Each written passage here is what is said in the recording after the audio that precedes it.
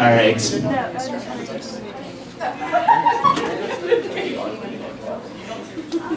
So I'm doing a poem that I wrote today.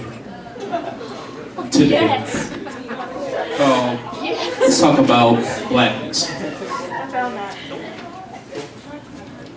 Alright.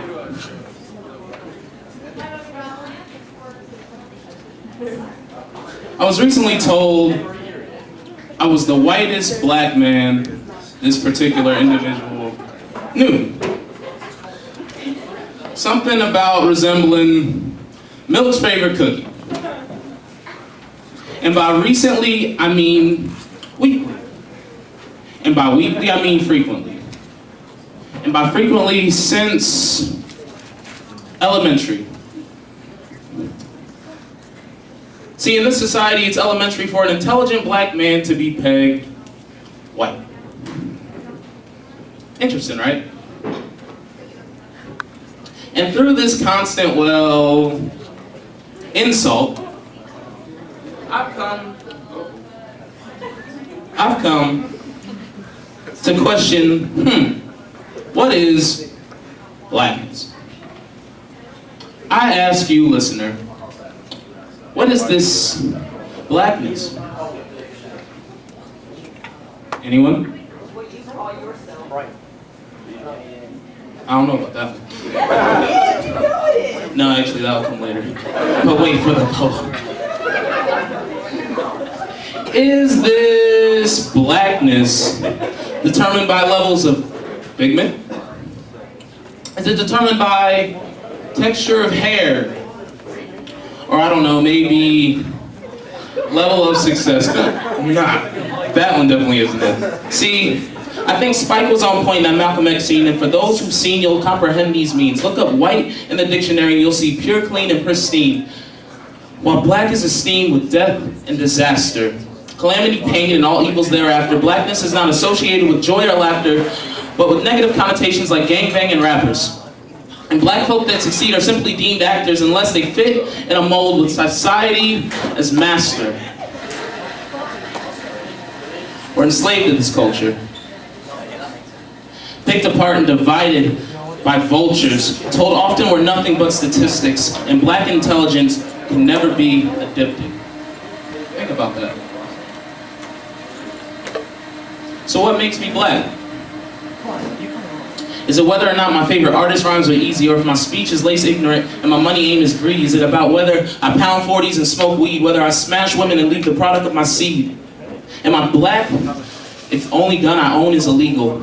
And the product of the sequel is all my deeds are evil, pent on killing, mugging, and gangbanging equals. Selling crack on the streets with no regard for the people.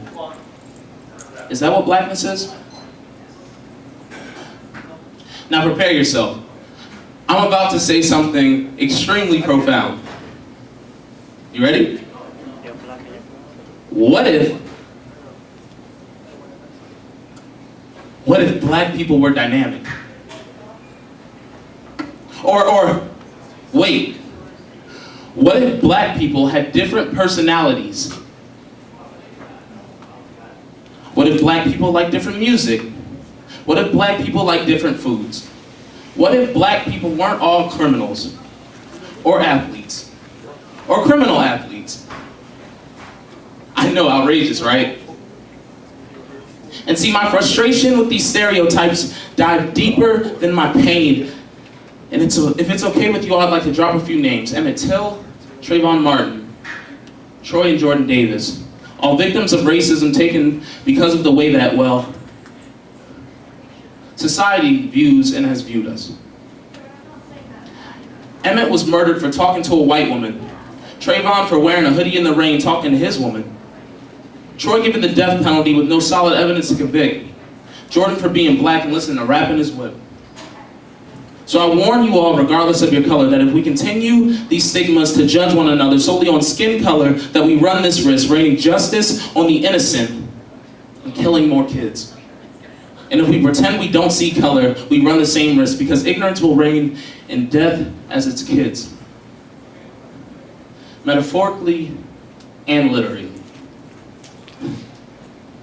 Make sure that you're hearing me. Black kids, you're not what society tells you to be.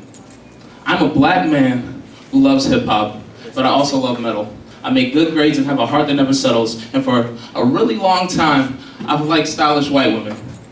And truthfully, I don't for real like fried chicken. I can't wait to be a father and love my kids. I want marriage with a beauty whose heart is first his.